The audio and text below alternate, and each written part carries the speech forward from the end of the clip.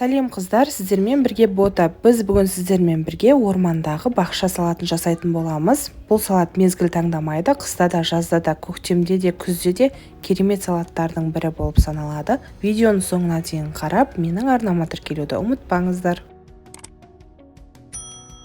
Бізге қажетті заттар мінекей осы заттар. Біз ең бірінші шампиньонымызды ыдысымызға осылай теріс қаратып, төңкеріп салып алудан бастаймыз. Себебі аударған кезде оң беті тұру үшін.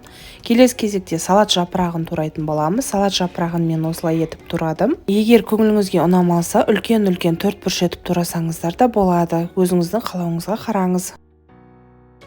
Салат жапырағының үстінен міндетті түрде майонез жағамыз. Майонезімізді жұқа етіп емес, қалың етіп жағыңыздар, салатымыз құрғақ болып қалмасын. Келесі кезекте сәбіз салаты. Егер сәбіз салаты болмаса, свежий сәбізді қосуға да болады, бірақ сәбіз салатын қоссаңыздар дәмдірек болады, яғни чимчи.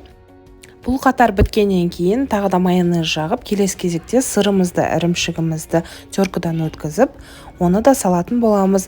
Ірімшіктен кейін алдын ала қайнатып, мұздатылып алған картобымызды да қырғыштан өткіземіз. Ірімшігіміздің үстінен оны да бір қабат етіп саламыз. Картобымыздың үстіне дәміне қарай тұз себеміз. Тұзды қасықпен салуға болмайды.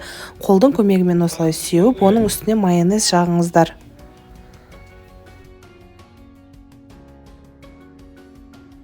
Қыздар, келесі кезекте бізге тауықтың еті қажет болады. Тауықтың етінің кез келген түрін пайдалансаңыздар болады. Төс еті, аяқ еті немесе қайнатылған, қуырылған, пісірілген кез келген түрін аламыз.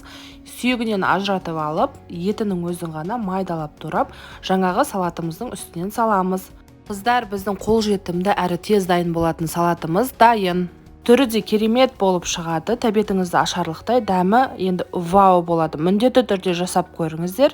Егер менің видеом және рецептім ұнаған болса, лайк басып комментарий жазуды ұмытпаңыздар.